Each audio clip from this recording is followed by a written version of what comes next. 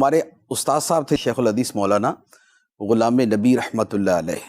بہت متقی اور جنہیں کہا جائے کہ بہت باعمل علماء کرام میں اور بہت بلند پایا علماء کرام میں، یعنی جن کے اندر وہ چیزیں میں نے دیکھی کہ جو ہم سلف صالحین کے اندر سنتے تھے کہ حدیث طیبہ پڑھتے ہوئے بیان کرتے ہوئے ان کی اپنی کیفیت جو ہے وہ حدیث کے مطابق چینج ہو جاتی ہے،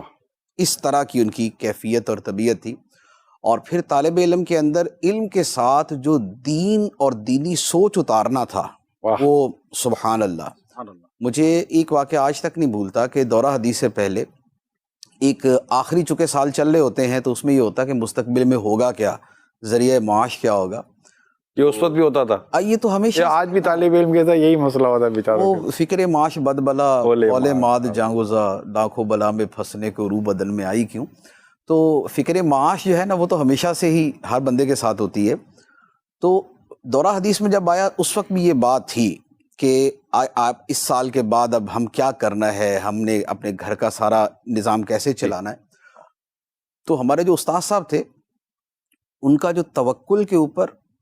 اور خدمت دین کرنے کی صورت میں اللہ تعالیٰ جو عطا فرماتا ہے اس کے اوپر ان کا بیان جو ہوتا تھا نا وہ بڑا مؤثر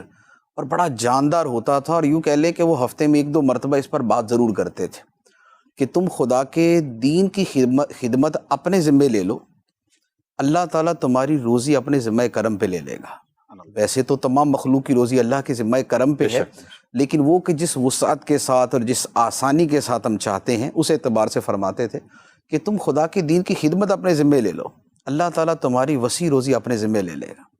تو یہ انہوں نے اتنے یوں کہہ لیں کہ جیسے نا از دل خیزد بر دل ریزد، کہ جو بات دل سے اٹھتی ہے وہ دل پہ جا کے گرتی ہے۔ تو وہ ایسی ایک